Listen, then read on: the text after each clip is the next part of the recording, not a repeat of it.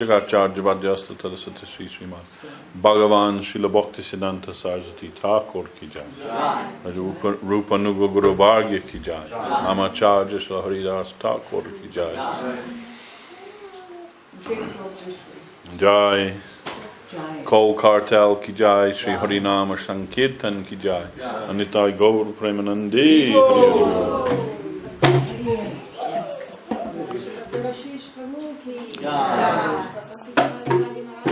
ki jai. All the devotees ki jai.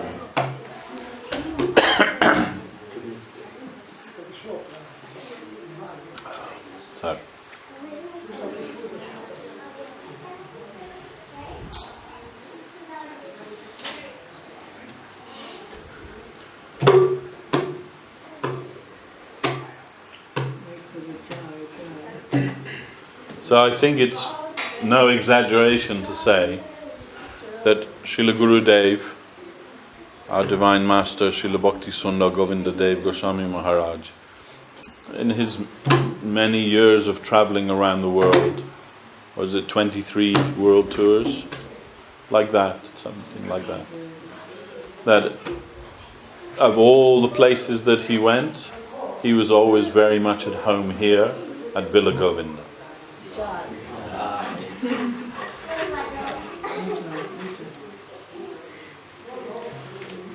Happy, relaxed. And myself also, of the many places I've been around the world, this is one of my favorite places in the world.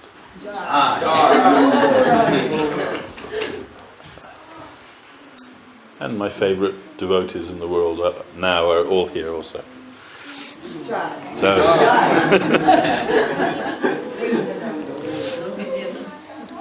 but maybe we're not allowed to have favorites. But anyway, so it's been some years since I've been here, and I feel very happy again to be here. And in one sense, nothing has changed, and in another sense, many things have changed. I see many different things, many improvements in the facilities, and so many things. And we see, that's a testimony to the dedication of the devotees serving here. Then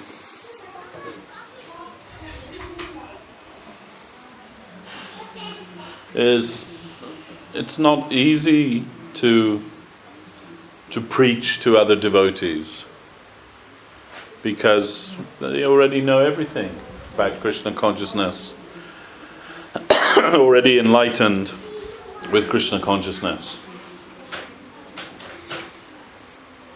But one of the great things about human beings in general is that they're always striving to be better. And we see that in every walk of life. It is part of human nature to be better than we were before, or to achieve more. I could run the mile in 5 minutes, and now I can run the mile in 4 minutes 30. It's like my personal best or whatever. That's part of human nature. And the reason for that is because there's a part of us, an indelible spiritual part of our nature, which wants perfection. And we can't help that. We can't stop that. The thing is, we try for that in the wrong places. We're always thinking that we'll get fulfillment if I achieve this goal. If I get this job, if I get this bank balance, if I get this car, if I get this house, if I get this wife, if I get this, whatever it may be. We're always striving for that and thinking that that'll give us fulfillment in life. And then when that doesn't happen, then we'll find something else to move on to. And it may not even be a conscious thing.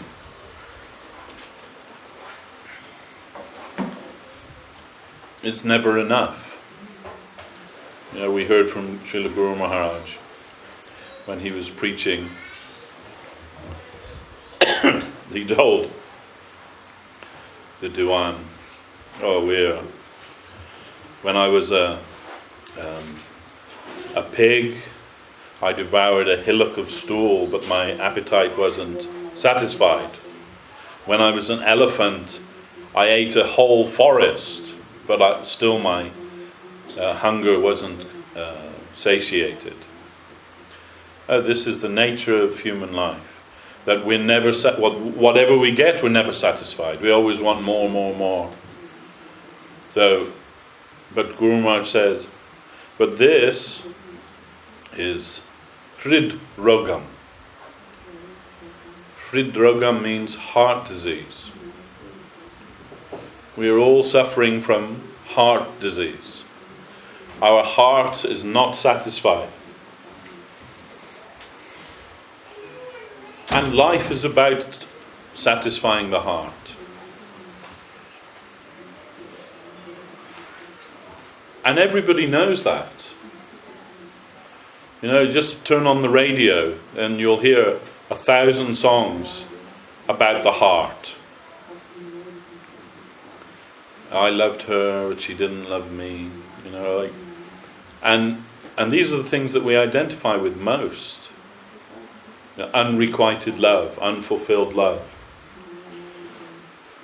Guru Maharaj used to quote Longfellow.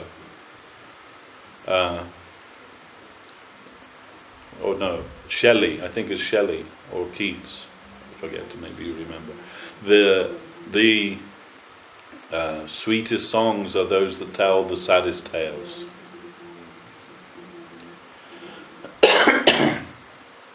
We all have experience of that. Ishanuga's not here, so she'll forgive me for telling you. But, or I hope she will. But she likes romantic movies, slushy romantic movies, and she watched these movies, and usually the theme is, boy meets girl. They fall in love, something goes wrong, they become separated. Will the boy get his love back, or will the girl get her love back? Will everything be sorted out in the end? And it's such a sad story, and maybe I'll come home from work and they're sitting in the living room, and crying. Oh, it's so sad. It's all so sad. So, then you walk in on this scene. Okay, why don't we switch the channel and watch something funny, or something a bit uplifting? No. We've got to see what happens.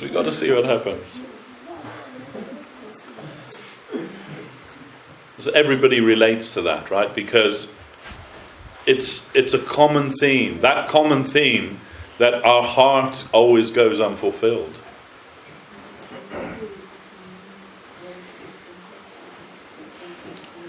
And really that fulfillment, you only see it in movies.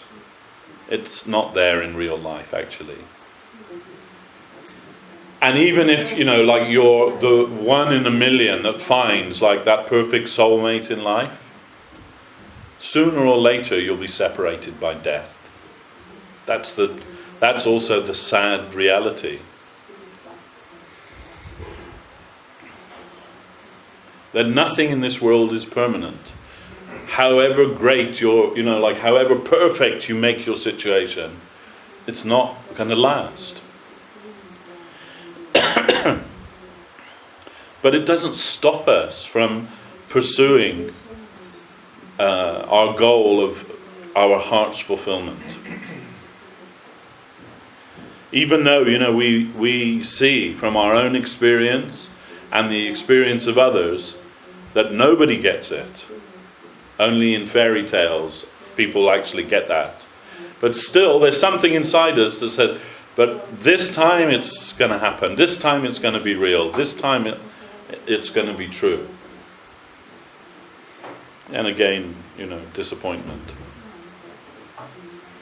And why is that? Because we're looking in the wrong place. We do all have a soulmate, actually. But it's the same soulmate. Krishna is the soulmate of all living beings.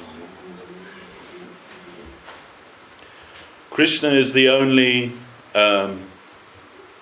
lover that's worth pursuing. The only goal which will actually give us real fulfillment in life. And that's true to such a degree that even a slightest connection with him will give you your ultimate fulfillment.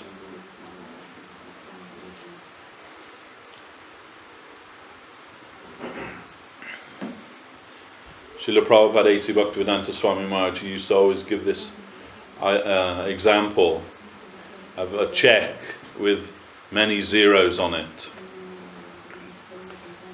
If you take that check to the bank, doesn't matter how many zeros are written on there, they're only going to give you 0 at the bank if you try and cash it in. But his example was, as soon as you put a 1 in front of those zeros, then how valuable does that check become? So, Krishna is that one. We have to add him to our life, but not like at the end of the zeros, at the front. He has to become the main focus of our life. Then everything else that we do, however imperfect it may be, will have value. If we can make Krishna the center of our lives, then whatever you do will have value and will be worthwhile. And however successful you are in the world, in your chosen field, whatever it may be, if Krishna isn't there in the equation, it will be valueless. Just like how many successful people have there been, so-called successful people in the world, who are now dead and buried, and how many do we remember? It doesn't mean anything.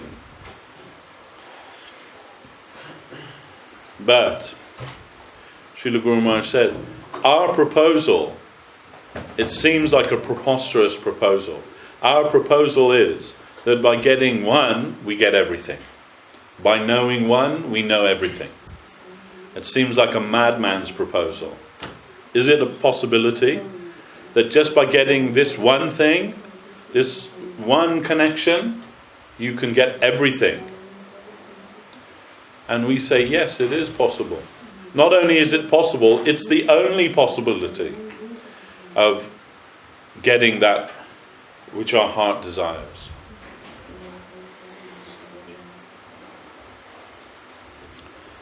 And once you come in connection with him, try as we might, everything else becomes spoiled in comparison. Like Maharaj was saying this morning, one of the meanings of Krishna's name of Mukunda is that it means he who makes mukti look bad.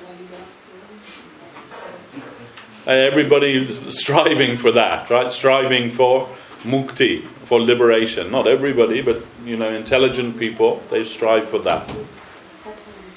But that becomes like nothing in comparison to attaining Krishna. That which is so vaunted by the scripture. Mukti is so vaunted by the scripture. So much admired. But in comparison with Krishna, it looks like nothing at all.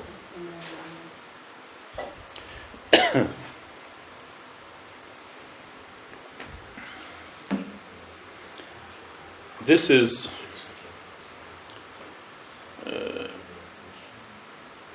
actually this is a revelation to the world.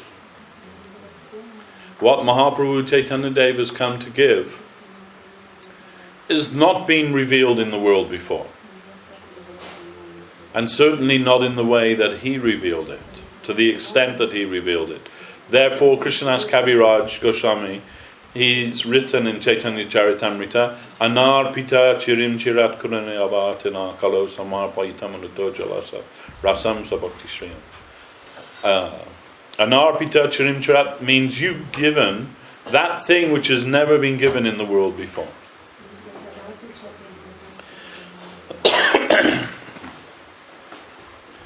And we think, in our preaching, sometimes we say, Krishna consciousness is the oldest religion, it's 5,000 years ago, predates Christianity by at least 2,000 years, etc., etc. But actually, real Krishna consciousness has not been revealed in the world before Chaitanya Dev came. Not Ujjala Rasa. It has not been revealed to the world. And Mahaprabhu not only revealed that to the world, but through his followers spread that over the world, like Guru Maharaj says, nectar given like water. The highest thing. It is not an ordinary thing. And it is also not an ordinary fortune that we have come in connection with that. So Srila Gurudev used to say, don't spoil your fortune. Don't be satisfied with anything else. Don't settle. This is what we do, isn't it? We settle for something else. Okay, Krishna consciousness, yeah, that's great, that's wonderful. But it's, it's a big ask, it's a big demand. It demands everything of us. And this thing is, some connection with Krishna or something, and I'll be satisfied with that. But we shouldn't be satisfied to only go halfway. We shouldn't be satisfied with that. The biggest enemy to the devotees is complacency.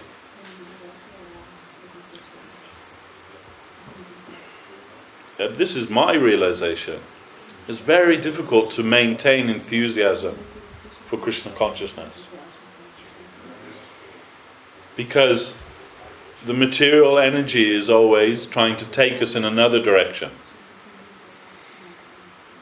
trying to make us compromise.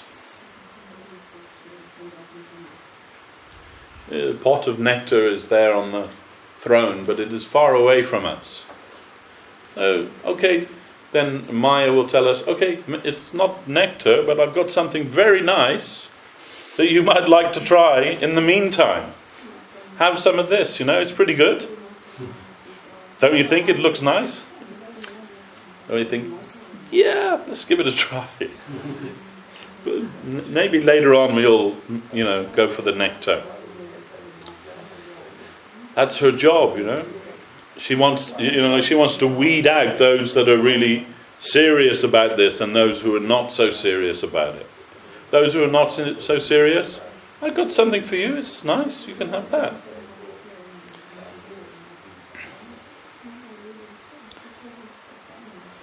And no doubt, we're all fallible souls. As the Christians say, the spirit is willing, but the flesh is weak.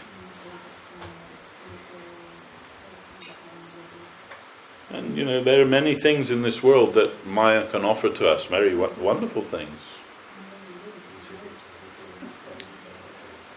So we can be forgiven if sometimes we're, delayed on our journey by some distraction. But still, then we shouldn't be caught in that forever. We have to wake up from that. Like one morning you have to wake up and think, how did I get here? Where I am now, how did I get here? This is not my beautiful car. This is not my beautiful wife. This is not my large automobile. You know, the song. So, my God, what have I done? We all have to wake up to that sometime and realize that, that pot of nectar is still waiting for us. It's not like it's being taken away. Okay, you took that. That's off the table now. You can't have that now. Yeah, it's still there. But first of all, you have to leave that other stuff behind, or at least realize that you've made a mistake. It's hard for us to admit that we made a mistake, because we plan out our life and think that we've got it all figured out. This is how it should go, this is how it should go. But actually, if we're fully honest with ourselves, we will realize that anything that we did or do that doesn't directly connect us with Krishna's service is ultimately a mistake. But Srila Bhaktivinoda Thakur has said, even a bad road can lead to a good road eventually. Because these things, they teach us lessons in life. But we should be open to understand what those lessons are and not make the same mistake again. When you're a child, your mother will say, don't put your hand in the fire, it'll burn, right? So, those who are intelligent, they listen to their mother, okay, and they don't put their hand in the fire. And then there are those who okay, but, I think I should try it out at least, and they put their hand, oh yeah, Mum was right that it does burn. I won't do that again. But most of us, we're this time it's not going to burn. I'm going to give it a try okay. Maybe this time. That Einstein said the definition of insanity is to do the same thing again and again and again and expect a different result.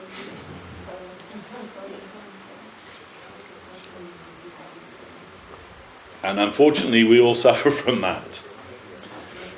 Oh, this fire is not the same as that fire.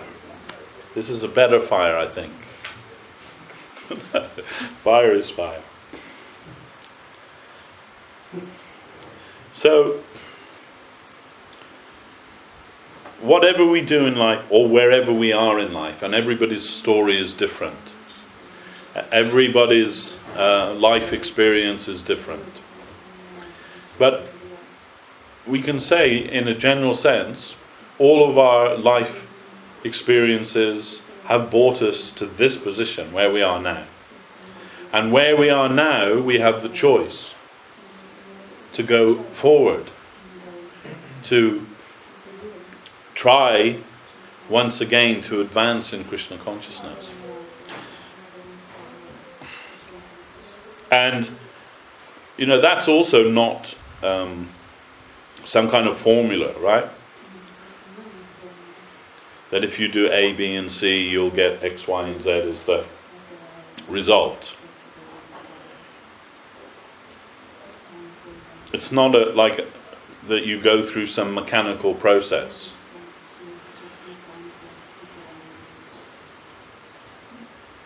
Some mechanical processes there that were recommended also to follow.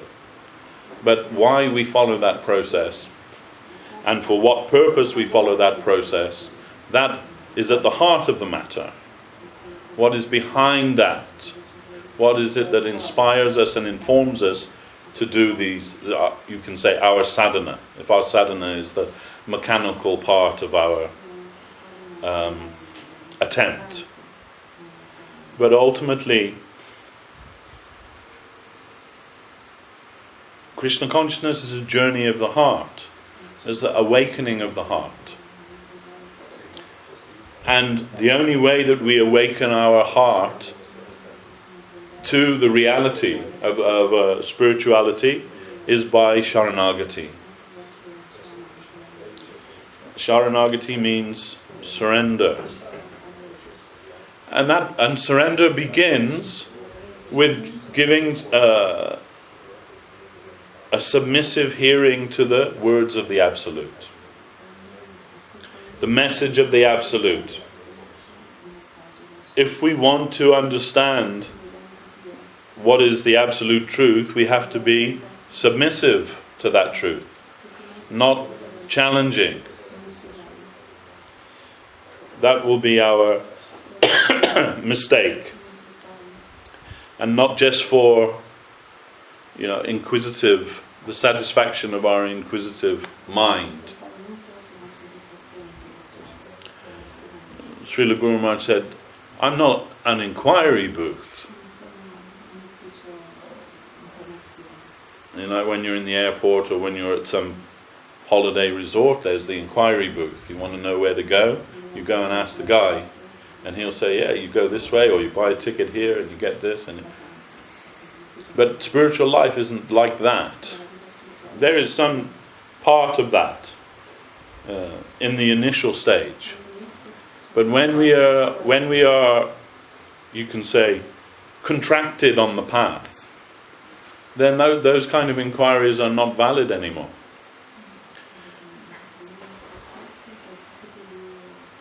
They're only valid up to a certain point. Once we're convinced that this is the truth, that this is the creed which I wish to embrace, then those kind of inquiries, they aren't valid anymore. Those kind of inquiries will actually be an obstruction to our progress in spiritual life. Because ultimately we have to change our thinking. Now, when we come to Krishna consciousness, we are thinking, will this be beneficial to me? If I follow this path, will this benefit me in my life? Will this make my life better? In other words, we're thinking, maybe this Krishna consciousness will help me to live in this world in a better way. And that's okay in the beginning. But we have to come to the point where we realize that it's not about me. It's about Him. And it never really was about me, actually. So, if Guru Maharaj was fond of quoting Hegel, that doesn't mean that Guru Maharaj was like a follower of Hegel. That you should all go and buy a book about Hegel and study his philosophy. It's like the opposite of that.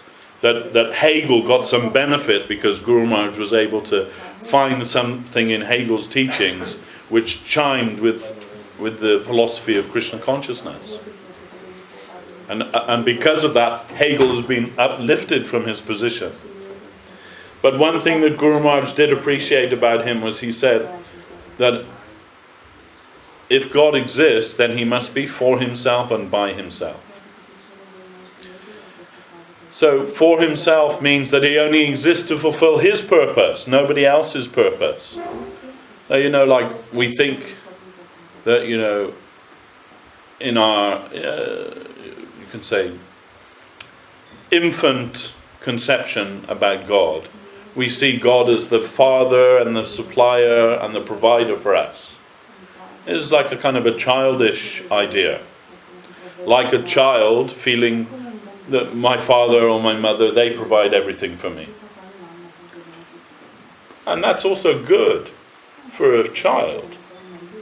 When I was a kid, and we used to go on holiday, I remember that in the morning when we'd wake up, and we used to rent a cabin, near the beach, and we'd wake up in the morning and my dad would say, okay, let's go to the shops.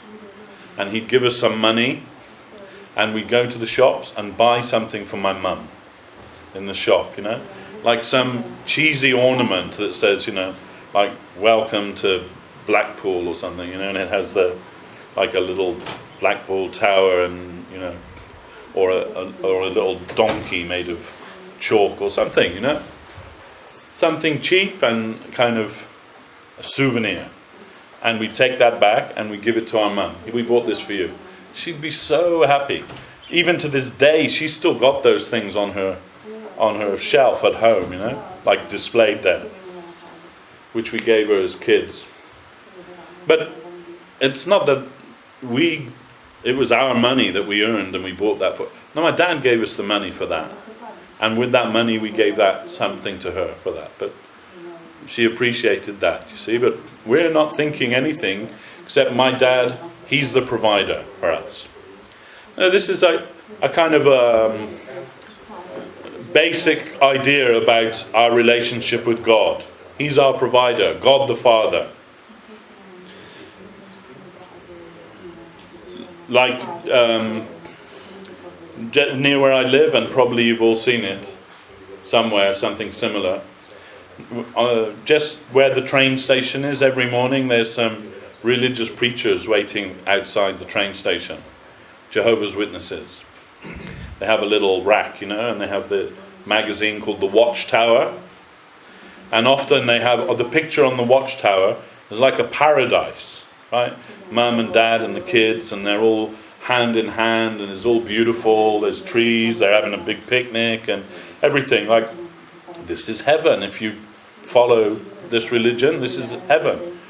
But like, conspicuous by his absence in the picture is God's not there, He's not in that picture. Like, he's somewhere in the background providing all of that loveliness for us to enjoy. So this is one conception of God. But a more advanced conception of God, a more mature conception of God, is that he exists for his purpose, not for our purpose. And so therefore, for himself and by himself. So by himself, that doesn't mean that he's alone sitting in a cloud or something. But it means no one to rival him. So also like the Judeo-Christian idea that there's God and there's Satan, and they're like eternal rivals. And that if Satan gets enough followers and gets powerful enough, he's going to kick that God out of heaven and reign in darkness all over the world forever. So, we mustn't let him get the upper hand over God, But Bhaktivinoda Thakur says, we doubt that such a gigantic being exists. But if he does exist, he's also under the will of God. He's not like an independent agent, whether he thinks he is or not. He's also part of God's plan. No one can rival God. So that means by himself. No one to rival him. But in this, what we're talking about now, the more important thing, for himself. So then that means that he exists to fulfill his purpose. We may or may not understand what that purpose is. But that means that all of his creation also exists for his purpose. And as part of that creation, then that means we exist for his purpose also. So this is where we have to, wake up to this idea that it's not about him fulfilling my life, but rather I exist to help fulfill his purpose. That's like a fundamental change in thinking. And for a lot of us, that's like a bitter pill to swallow. Now, really, I thought it was about me. I thought that this world was all about me and my place in it. And I'm the center of my own little universe. And everything that expands from out of that, it's all about me. Me, my family, my children, my community, and I'm the center. People say that you got to look out for number one. That's what they say, right? Got to look out for no one else is going to. You got to look out for number one. But how can everyone be the number one? In my universe, I'm number one. In her universe, she's number one. In his universe, that's not going to work, because sooner or later, my universe is going to bash into your universe. Then what's going to happen then? Either we're going to have some conflict, or we're going to have to make some compromise that allows us to live peacefully with one another. So that's not a very good idea. So that means that actually there can only be one number one. And that's Lord Krishna. Or we can say in a more broad sense, God, who created everything. And he created everything for what? For his purpose. We are also for his purpose. Then the real question now becomes, how am I for him? In which way am I for him? And this is where real spiritual life begins, with this question. I know I exist, and I know I have some purpose in life. And when I analyze that, I find that that purpose is to fulfill his desire. But I don't know what that is.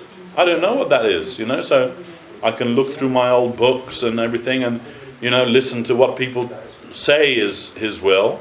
And suddenly I might find myself like strapped up with a load of explosives on the train, right? Thinking, I've got to blow myself up and that'll be God's will. And then I got like 70 virgin girls waiting for me. Okay, this is the will of God. Okay. Perhaps not. So what is the will of God? How do we understand what is the will of God? We're just mortal human beings. How can we have even any idea about that? Now this is where it's necessary to seek out a spiritual master. Srila Guru Maharaj's example is that the man, or the finite, is always trying to reach the infinite. And the infinite always wants to grace the finite. So where those two meet, that place where they meet, that's called Sri Guru. It's a simple thing to understand.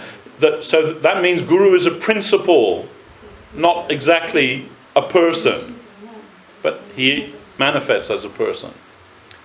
Guru is Krishna himself in distribution mode. He wants to distribute himself or connect with his separated parts and parcels. Sri Guru. And someone may say, well, why? Why do I need somebody to intercede between me and God? That allows for all kinds of problems, doesn't it? That used to be how it was, right? That you couldn't reach God unless you went through your priest. He has to intercede for you. But what happens if your priest is corrupt? And that all he's interested in is feeding his belly, and you're giving your money or whatever it is to him. It is also the problem with Guru. You can don't even have to go to India. You can just Google gurus, and you'll find thousands of them out there waiting to take your money from you.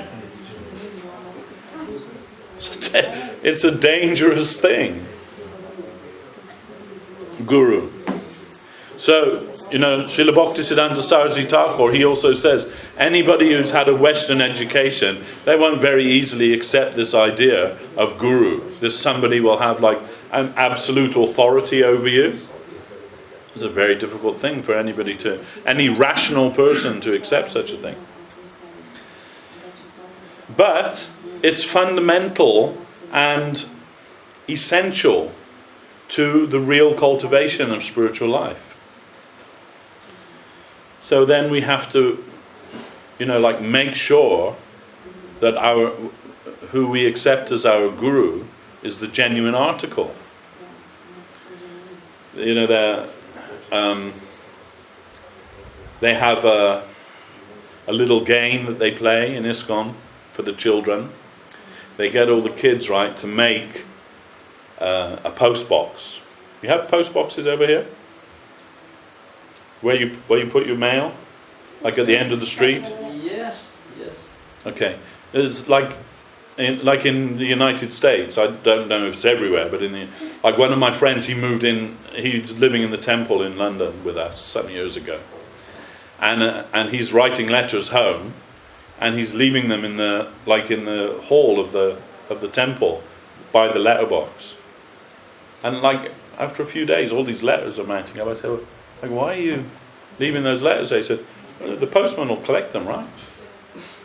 So that's what you do, right? You have your mailbox at home, and you put your outgoing mail in there. You put your flag up or whatever it is. The mailman picks it up and takes it, right? But that's not how it works in the UK. You've got a red pillar box at the end of the street, and you put your mail in there, and the postman comes and opens it and takes it. If you leave it in your, hall of your house or in the porch of your, it'll stay there forever. And that's what he was doing, because he thought that's the system there, right? So that then there's what they do. They get the kids to make mailboxes, a red letterbox, and they paint it and they put, Her Majesty's Royal Mail and all of this, and then they put it up and they say, so if you put your mail in here, is it going to go? Is it going to be delivered anywhere? No. So it only works when it's like the genuine authorized mailbox. So similarly, when we're looking for a spiritual master, that spiritual master has to be like authorized, because otherwise whatever you give to them, it's just going to stay there with them. It's not going to go anywhere. It's not going to go to God. And that's what we want. We want our mail, our devotion, to go to God. So it's necessary to find the genuine article. And how to find the genuine article? Well, largely that's down to our sincerity. It's said, when the disciple is ready, the guru appears. And that sounds like a very mystical thing and nebulous kind of thing, but actually it's true. We find that when we have a particular inner necessity, Krishna comes to fulfill that and presents us with our master. But also, we may, along the way, we may come across some cheaters too. There are lots of them out there. Oh, you want a guru? Here I am. So, then we have to be discerning. And that's where the scripture comes to help us. We're studying the scripture, and what do we have? The best advice on the topic of guru, Sri Guru and His Grace, by Srila Bhakti Rakhat Sridhar Goswami Maharaj. You study that book, you can't go far wrong in understanding what is a real guru. Highly recommended. But also, excuse me.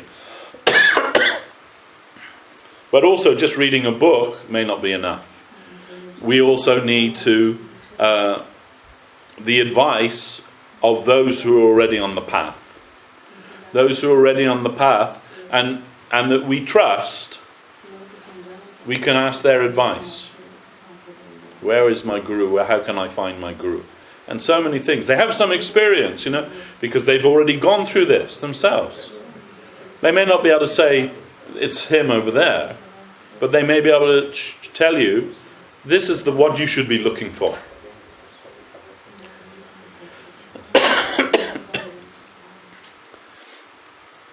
And Srila Guru Maharaj would often say, nobody can cheat me if I'm not in the market to be cheated. This is one of the human defects, is that we like to be cheated. We're open for it. We want something cheap, we want something now and immediate and like at a very cheap price. Then there's plenty of cheaters out there waiting to take your money and take your faith. But if you're not in the market for that, then nobody can cheat you. So, to yourself you must be true. That, you can say, that inner voice that guided you to the path of Krishna consciousness, that voice inside you that chimed in and said, yeah, this is right. You know, when you're reading that book, or when you were listening to that devotee's, yeah, this is right. I believe. That voice is the Chaita Guru. That's Krishna in your heart, the Lord in your heart, giving you some help. There are two forms of Guru, the Chaita Guru and Mahanta Guru. Generally, we can say. Some who are very advanced, they see Guru everywhere. But for most of us, in a general sense, Chaita Guru, Mahanta Guru. Chaita Guru means the Lord in the heart. And Mahanta Guru means the Lord who appears to us as a devotee of the Lord. So someone may say, well, I'll just go for the Chaita Guru, thanks. You know, I don't need any other person if Krishna's already in my heart. But the problem there is that we often mistake our mind, the direction of our mind, for the heart. We get them confused. You know, like you've all heard that saying, right? In matters of love, the heart wants what the heart wants. Everybody's heard that, right? So, but is it the heart that wants that, or is it just like the mind that has created some picture? And suddenly you think, yeah, that's what I want. I want that. We all have that. You know, you walk past the cake shop and there's a beautiful cream cake in the window. I want that. But, you know, your intelligence might click in and say, yeah, but like half an hour from now, I'm going to be lying in pain. You're like, oh, why did I do that? And, you know, your better judgment may lead you to walk by, however nice and enticing that cake looks. So, we have to exercise our own intelligent discrimination, and not just be ready to accept the first thing that appears in front of us. Oh yeah, this is Guru. Srila Govinda Maharaj used to say, like, anybody can make a chair for themselves and sit on that chair and say, like, here I am, I'm the Guru. It's not necessarily the case. We have to be sure. So, some examination may need to be there. Even when you find somebody you think, maybe this is my Guru, it's perfectly acceptable to examine that person. In fact, it's recommended you examine that person. And the main thing is, like, what they say, is that in consonance with what they do? How they live their life? Is what they're teaching the same as who they are? There's many things like this. And many finer things also. But, nevertheless, even though it may be a rare thing, I can guarantee you now, there are more imposter, cheater gurus out there than there are the real article. Definitely, 100%. But that doesn't mean that because the real thing is a rarity that it doesn't exist. We just have to be a little bit more discerning. And also we shouldn't think, oh, that everyone's a cheater, therefore, I'll just make my way without any of them. Srila Sridhar Maharaj said, if I find myself that in the world there's nobody that I can put my faith in, nobody that I think is of on a higher plane than myself, nobody that can actually help me in a substantial way, then we're in a very deplorable situation. And generally, the only thing that makes us feel like that is our ego. Because our ego tells us, well, I'll be the best judge. I'll be the best judge. Well, I don't need anyone else to tell me this or to tell me that. I'll be the best judge. Srila Govinda Maharaj said, so we may think, like, everything about Krishna consciousness is very nice and I accept all of it. But how much I can give myself to that, I'll be the judge of that. I reserve the right to make that decision. How much I can give of myself to this ideal. But Guru Maharaj said, Srila Govinda Maharaj said, but in the path of Sharanagati, that also we have to leave behind, that conception also. Finally, we have to say, no, I don't know actually. You know. You know better than I know. So just, like, you direct me now. This is the position that Arjuna found himself in, right? Arjuna, he's like the best warrior. Dronacharya made a vow that no one would be greater than him in like warfare. Then, and he knows that. Arjuna knows that. But suddenly he's asked Krishna, drive the chariot between the two armies. I want to see who's here, who's come to fight. And Krishna did that, and what did he see? His grandfather there on the opposite side, on the opposing side. His grandfather's there, his guru's there, his cousins are there, like his own family members, they're all there, and they want to do battle with him. Then understandably he became completely overwhelmed. I don't think I can deal with this, Krishna, like what are we doing? What are we doing here? Even if we win the kingdom, those very people that we'd like to enjoy the kingdom with, they'll all be dead. Then what will be the use of that? It's like better that I just lay down my arms and let them kill me, or I just retire to the forest. That would be better, wouldn't it?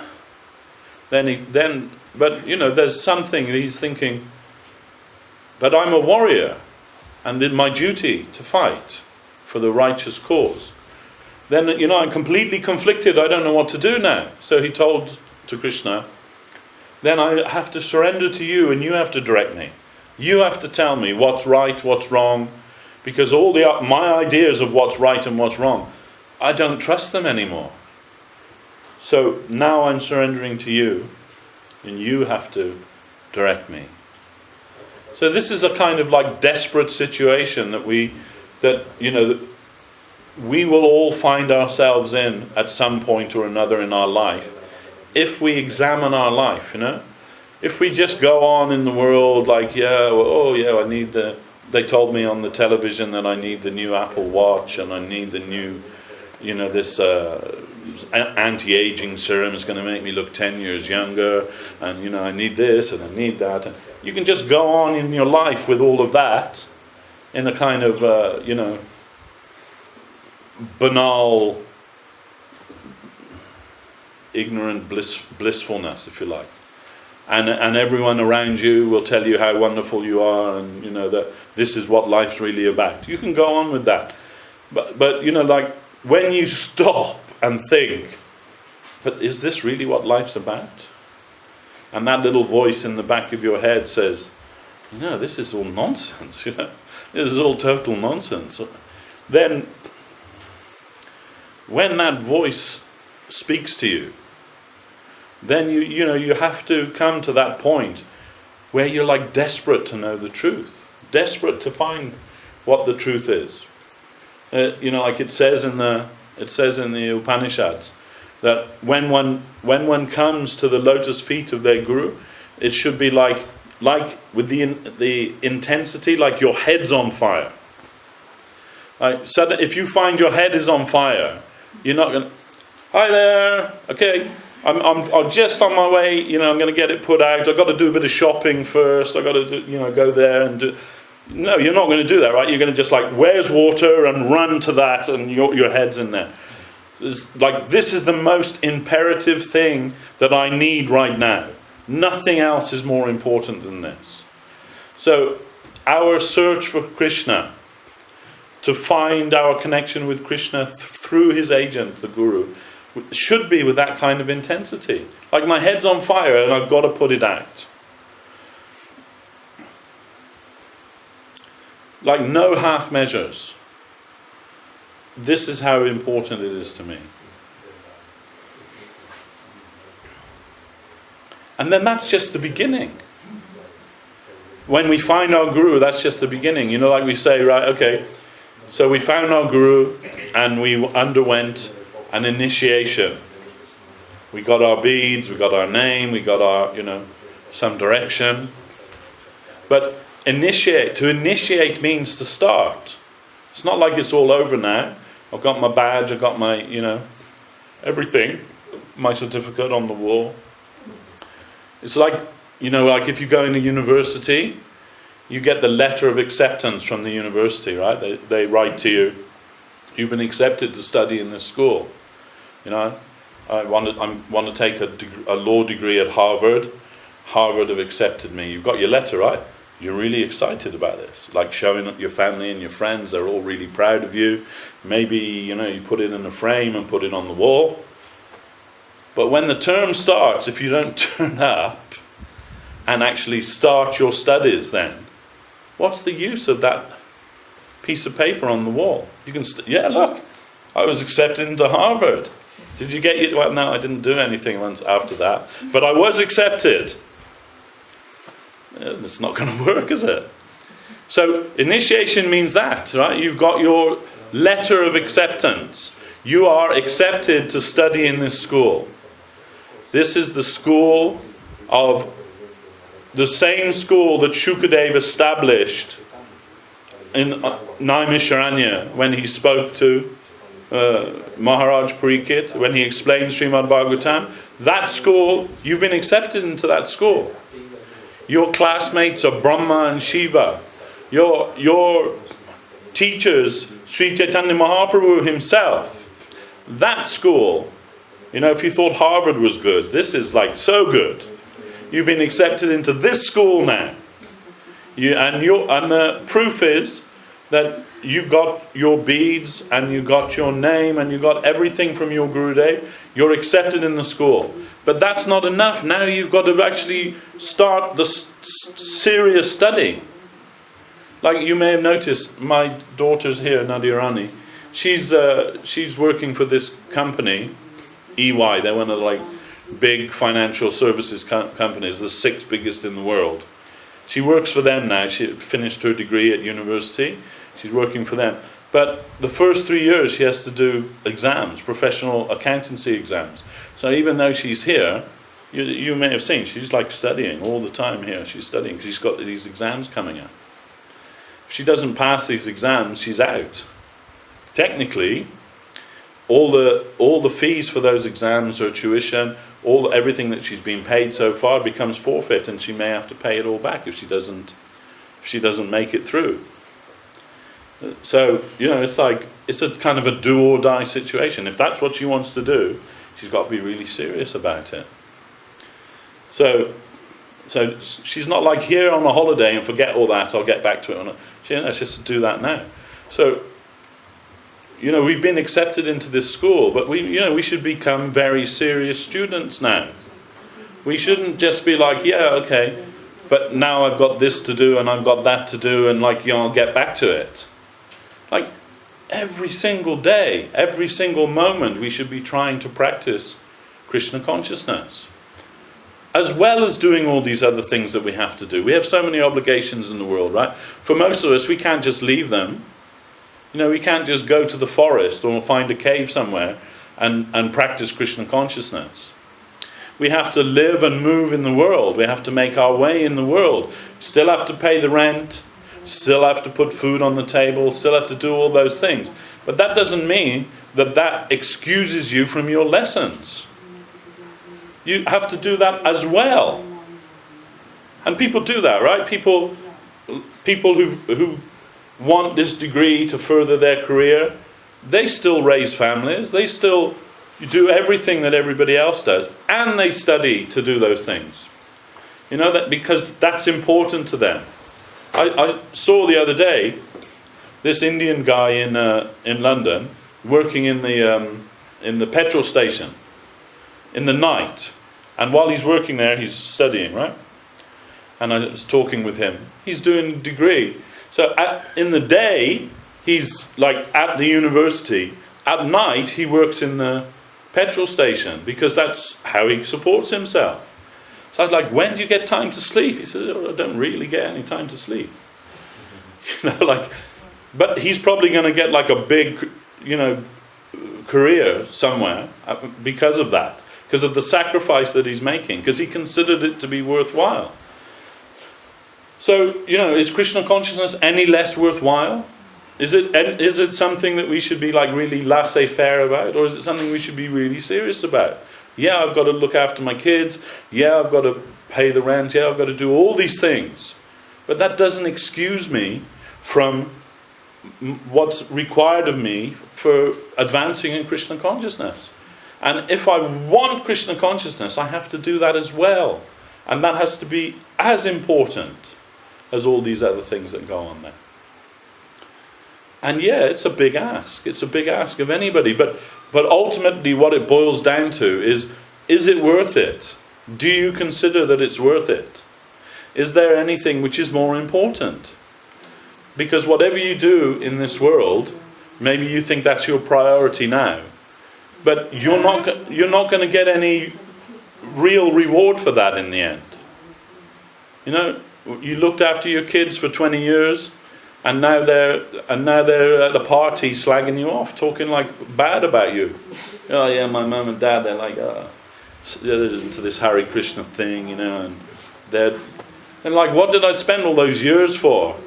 Like raising you and looking after you, you know, and who cares? You know, no one's going to give you a medal for that. No one's going to give you any kind of reward for that. It's just part of what you have to do. But then you think, like, I spent all those years doing that when I could have been practicing Krishna consciousness. Well, that's not an excuse. You could have been practicing Krishna consciousness while you were doing those things as well. The Krishna consciousness means that all of your life you have to practice Krishna consciousness. Find a way. Where there's a will, there's a way.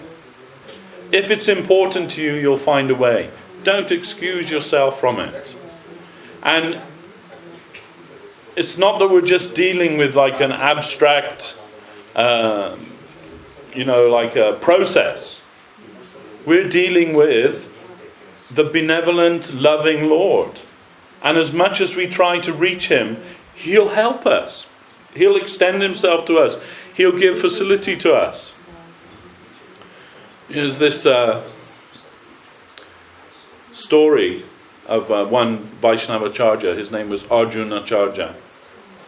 And he used to teach every day.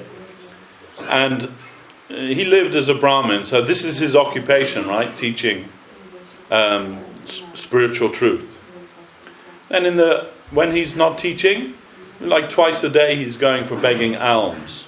He lives with his wife. Sometimes they're giving everything to him, the local people. This was the culture. We see this person is engaged 10% in spiritual cultivation, and the general people, they support that. They give food, they give money, they give whatever he needs, so he doesn't have to work in the factory. But this day, and he's living happily this day, and they're giving so much to him because he's so respected. But his nature is, no, I only want what I need. I'm not going to take more than I need. So his cupboard is always bare, and whatever he gets day to day, he's taking that. This is a sadhu's nature. This I saw when I was in Kiev last year with Madhusudan Maharaj. They have their particular way of cooking and everything in like Russian style. They're like borscht, and they're like this buckwheat and this kind of thing. So this day we're lunchtime, and one of the girls who's serving us, she asked Madhusudan Maharaj, "Is there anything you'd like, Maharaj?" He said, "Do you know what is there a green chili? I'd like a green chili." So she went looking, and she came back like disappointed face. "Sorry, Maharaj, no chilies. Like, we don't use chilies. There's no chilies. Sorry." I said, "It's okay, it's no problem." Then we're taking prasadam, and then like 10 minutes later, she comes running back. She's found a green chili, like a big one, like about this long. And he says, "Oh," she's so happy. Maharaj is happy. He says, "Just half. That's sufficient. Just give me half." So she gives him half, and I said, "Maharaj, keep the other half. Then you've got one for later on. You can have again." And he looked at me like I just like slapped him in the face or something. He said, "I can't do that. I can't keep something like for my own enjoyment. It's like this. He said, my life is this. If they give me something to eat, I eat. If they don't give me something to eat, I fast. And I'm thinking, wow, this is a sadhu. This is because my thinking is, I'll put it aside for tomorrow or for another. You come to my house, my cupboard's full. Like if there was a famine tomorrow, my family would be okay for the next couple of months. Believe me. But the sadhu's not. He's only thinking, yes, if Krishna provides me something to eat today, I'll eat. And if he doesn't provide me something to eat, I'll fast. It's the same to me, no problem. Krishna's mercy. So this is like that Arjuna Charja. He's like that. What the people are giving him, they want to give him so much, but he said, no, this is sufficient. I'm not going to take more than I need. Anyway, one day something happened, and he couldn't go to beg alms for like he normally did. And he's like not going everywhere. He's just going to one or two people that he knows will give to him. So this day, something happened. He couldn't go at the time that he normally went. He went later. And when he went later, they had nothing. Oh no, we don't have anything. We were expecting you this morning. You didn't come. It's gone now. And so this day he had nothing at all. He went home. We have nothing at all. And he's like feeling some dejection. Then he went about his business, and maybe he's made some remark like, why is Krishna not providing for us today? Like something like that. And he went out to do something, and while he's out, there's a knock on the door, and his wife answered the door, and these two boys come to the door. And they've got like boxes full of food. And he said, his wife says, who are you? He said, oh, we're your husband's disciples. She said, I didn't know he had any disciples. Then, what is this? He said, we've bought some, food for you. You didn't get any food today. We bought this food for you. And she said, oh, but it's so much. He says, yes, please take it. And she said, no, he won't be happy if I take some. And they say, oh, no, if you don't take it, then he'll be angry with us and maybe he'll beat us. So she's like, okay. So she takes them in, and the boys, they go. And then when he comes back, and she walks through the door, and there's all of these things there. They're like, where did this come from? So your disciples bought them. He said, what do you mean? I haven't got any disciples. What are you talking about? She said, no, these two boys, they came, One was very dark and beautiful, and the other one was also beautiful, but light, fair complexion. And he's like, whoa. This was Krishna and Balaram came there. And then he became like very lamenting. And then he understood. Just to prove this statement, that whatever my devotee lacks, I provide that. From Bhagavad Gita. Whatever they have, I maintain that, and whatever they lack, I provide that. So because I didn't have faith in that statement of the Lord, Krishna himself has come to, I'm so unfortunate that I made the Lord had to come and serve me because of my lack of faith. So we should have faith. We're not come to deal with an impersonal absolute. We've come to deal with the most kind and beautiful and benevolent Lord. And we should have faith that he will provide for us. If we try to practice Krishna consciousness and do our duty to him, he will make sure we have everything. And we see this, that those who are surrendered to Krishna, they get everything. Isn't it? We see that. They get everything.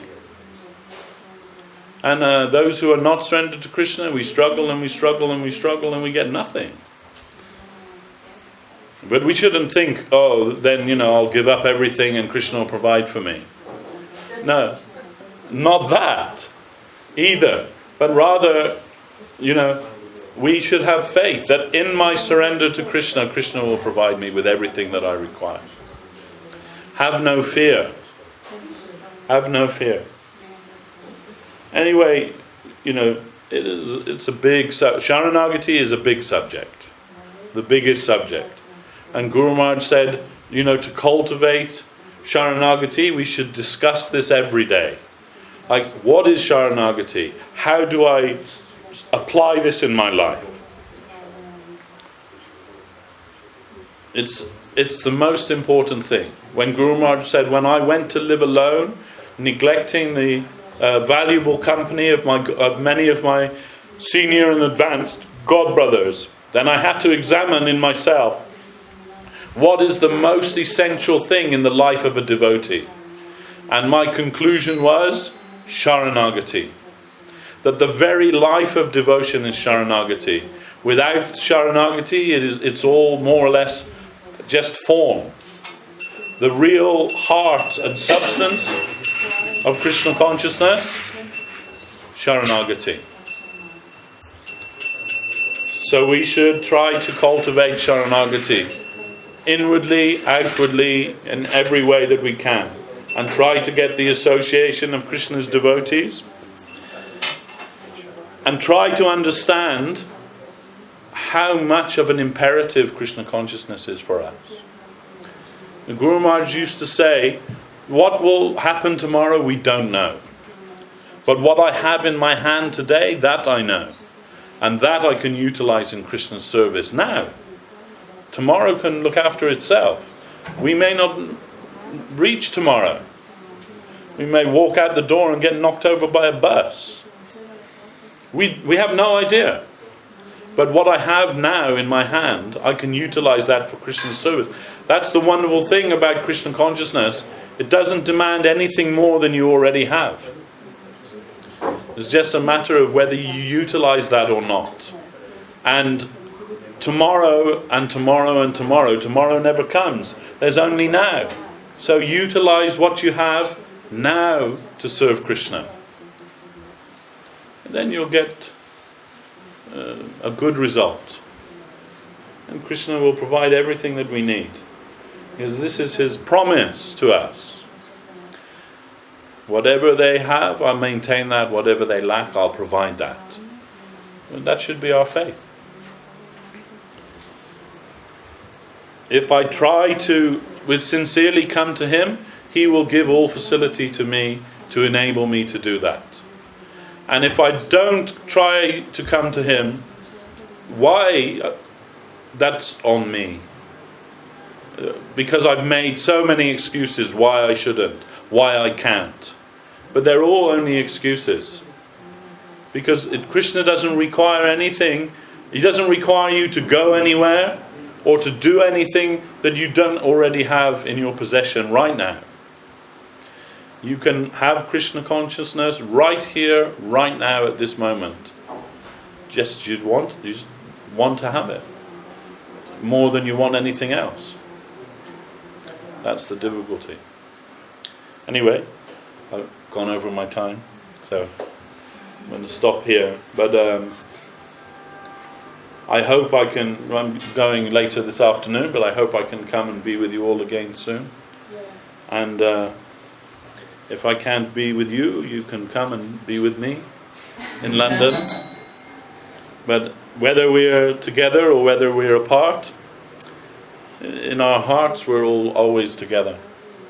Because Krishna consciousness is, as Guru Dev used to say, heart-to-heart transaction. There's no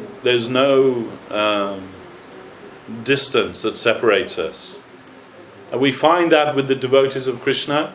Maybe you don't see that devotee for 2, 3, 4, 5 years. But as soon as you're together again, it's as if it was yesterday that you were together. This is the nature of our relationships in Krishna consciousness. They don't change. And this was the blessing that we had from Srila Govinda Maharaj, is that he made us a family. And we want to be part of that family. And family always looking out for each other. So my prayer is that you will also look out for me and try to help me, and as much as I'm able to help you, I will also try. And this way we will always be together. And without a doubt, very soon we will also be together with Gurudev and Guru Maharaj once again. And this is our prayer, this is our faith, and this is our hope. Jai Vishnupad Srila Bhakti Sundar Govinda Dev Goswami Maharaj ki jai. Srila Bhakti Rakak Sridhar Dev Goswami Maharaj ki jai. Vaishnava Brinda ki jai. Sri Harinama Sankirtan ki jai. Nitai Go Premanande.